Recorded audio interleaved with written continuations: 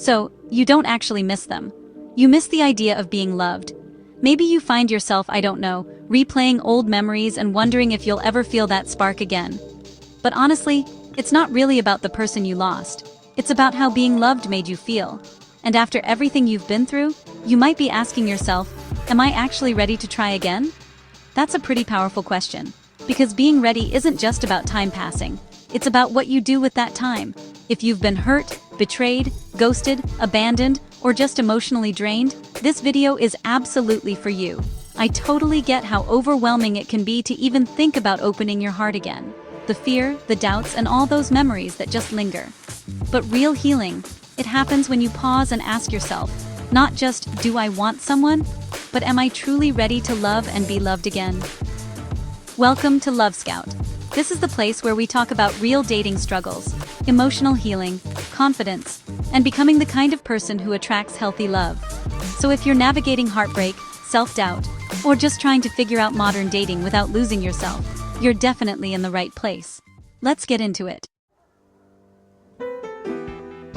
One of the biggest signs you're ready for a relationship again is this. You don't need someone to rescue you. You're not dating to distract yourself, prove your ex wrong, or silence loneliness. You've sat with the pain, processed it, and now you want connection, not escape. That's real maturity. Because when you're still hurting, it's so tempting to believe that a new person will just make the ache go away. But healing doesn't work like that. It has to come from within. I remember a time after a breakup when I just wanted the emptiness to be filled. I kept looking for someone to swoop in and fix the hurt. But every time, I ended up feeling emptier than before.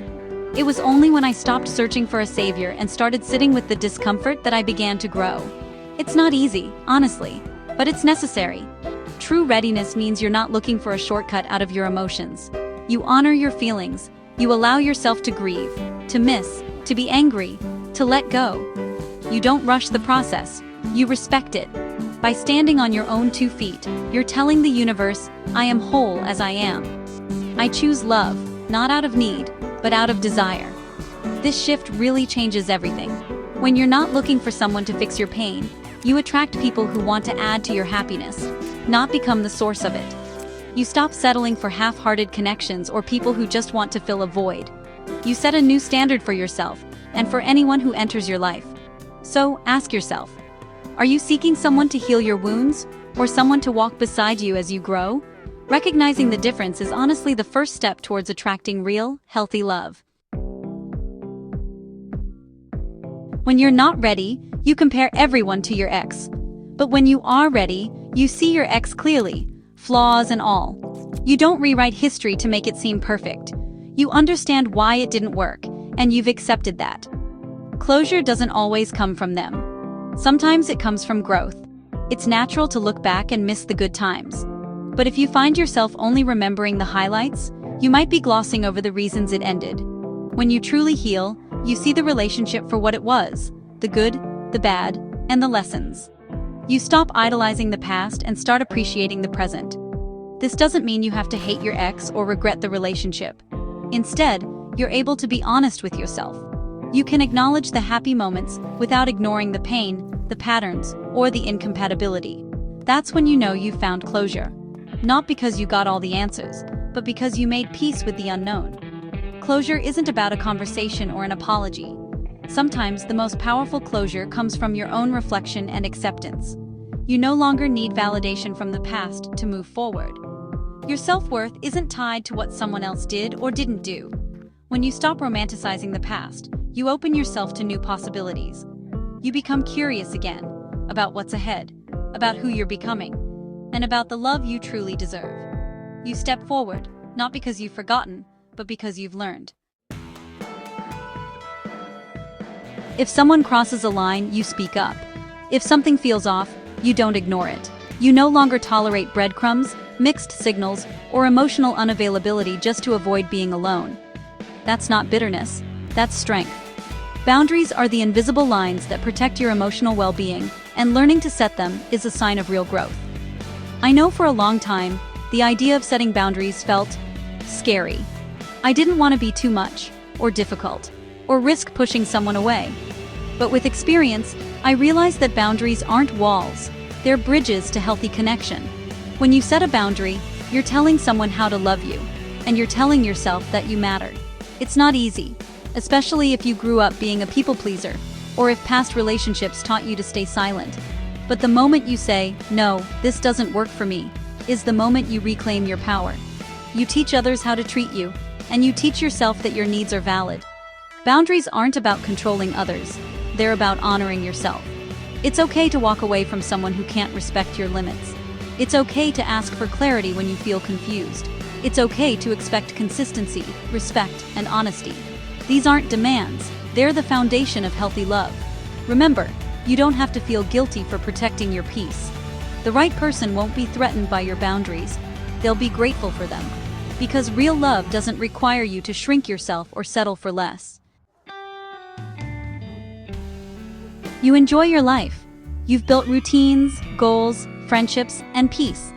A relationship would add to your happiness, not become the source of it. That's when love becomes healthy.